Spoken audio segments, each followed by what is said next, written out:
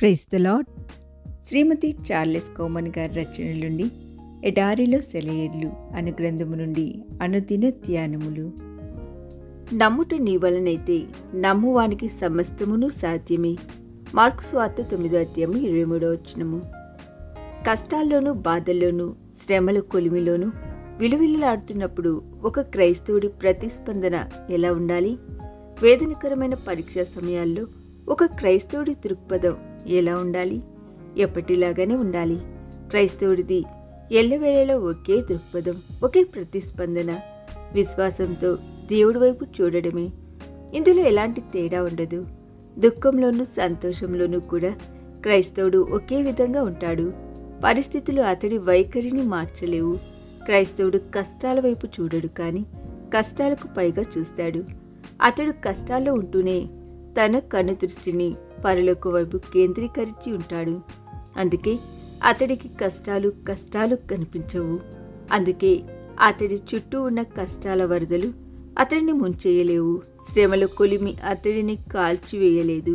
ఒక విశ్వాసి కష్టాలను ఎదుర్కొనే ఏకైక మార్గము అతడు దేవుడికి సమీపంగా ఉండడమే. విమానంలోని టర్బో సూపర్ చార్జర్ అనే పరికరం 30,000 అడుగుల ఎత్తులో కూడా విమానాన్ని శక్తివంతంగా ఎలా నడిచేలా చేస్తుందో, అలానే దేవుడికి విధేయత చూపిస్తూ నడిచే క్రైస్తవుడు కారు మబ్బు లాంటి కఠినమైన పరిస్థితుల్లో కూడా శక్తివంతంగా ముందుకు దూసుకొని వెళ్తాడు. కారణం, అతన్ని నడిపిస్తున్న దేవుడు శక్తివంతమైన వాడు కనుక. ఏ వ్యక్తి హృదయంలో దేవుడు నివసిస్తూ ఉంటాడో ఆ వ్యక్తిని పరిస్థితులు ప్రభావితం చేయలేవు. అవును, దేవుడు తన బిడ్డల్ని కఠినమైన పరిస్థితుల గుండానే నడిపిస్తాడు. ఆయన తన బిడ్డల్ని తప్పించుకోలేని తీవ్రమైన ఒత్తిళ్ల మధ్యనే ఉంచుతాడు. ఆ ఒత్తిళ్లే వాళ్ళని ఆకాశమంత ఎత్తుకు ఎదిగేలా చేస్తాయి. ప్రశాంతమైన వినువీధుల్లో చిరునవ్వులు చిందిస్తూ రెక్కలు విశాలంగా చాపి హాయిగా ఎగిరేలా చేస్తాయి. తన బిడ్డలు ఎత్తులో ఎగరాలని కోరుకుంటాడు దేవుడు. వాళ్ళు తడబడే అడుగులతో నేలను నడవాలని ఆయన ఎన్నడూ కోరుకోడు. క్లిష్టమైన పరిస్థితులే క్రైస్తవుని ఎత్తులో ఎగిరేలా చేస్తాయి.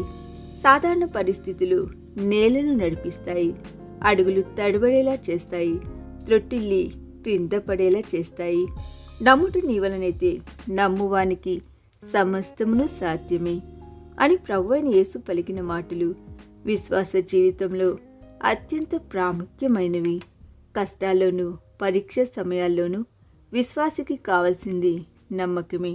వాదించడం, తర్కించడం, బేరీజు వేయడం కాదు. విశ్వాసం అంటే దేవుని వాక్యాన్ని ఉన్నది ఉన్నట్టుగా స్వీకరించడమే విశ్వాసము. విశ్వాసము సూర్యుడు త్వరగా ఉదయించేలా చేయదు, కానీ రాత్రి చీకట్లు తక్కువగా కనిపించేలా చేస్తుంది. ఫ్రాన్సిస్ బ్రోనే ఒక కథ చెప్పాడు. యాత్రికుల బృందం ఒకటి తమకు జరిగిన నష్టాన్ని బేరీజు వేసుకుంటూ ఒక సముద్ర తీరాన కూర్చొని ఉందట.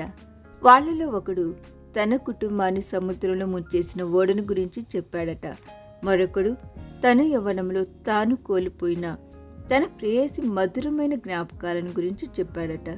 ఇంకొకడు తాను పోగొట్టుకున్న ఆస్తి, అంతస్తు, హోదా, డబ్బు, పలుకుబడి గురించి చెప్పాడట. అప్పుడు ఆ ప్రక్కగా వెళ్తున్న ఒక అపరిచితుడు ఆగి వాళ్లతో ఇలా అన్నాడట: జీవితంలో తీవ్రమైన నష్టాలను ఎదుర్కొన్నారా మీరు? కానీ నా నష్టం మీ నష్టాల కంటే ఎక్కువగా కనిపిస్తోంది నాకు. ఎందుకంటే విశ్వాస హృదయం నా నుండి పారిపోయింది. అప్పుడు ఆ యాత్రికులు దుఃఖవదనంతో అతడితో ఇలా అన్నారట: ఓ బాటసారి, నీ జీవితంలో జరిగిన నష్టం మా నష్టాలన్నిటికంటే ఎక్కువైనది. విశ్వాసాన్ని కోల్పోవడం జీవితంలో జరిగిన నష్టాలన్నిటికంటే ఎక్కువైన నష్టము. ఒక రచయిత ఇలా రాశాడు: ప్రభు పేతురు విశ్వాసాన్ని సమకూర్చేందుకు చేసిన ప్రయత్నాన్ని గురించి ఒకే ఒక మాటలో చెప్పాలంటే, ఆయన పేతురికి అతడి వైఫల్యానికి మధ్య జోక్యం చేసుకోలేదు, కానీ పేతురికి అతడు నష్టపోయిన విశ్వాసానికి మధ్య జోక్యం చేసుకున్నాడు.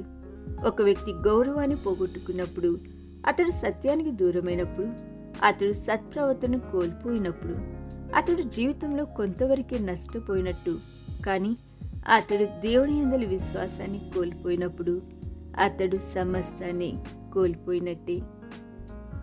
ఈ దిన ధ్యానము మనందరి ఆత్మీయ జీవితమునకు ఆశీర్వాదకరముగా ఉండునుగాక. ఆమేన్.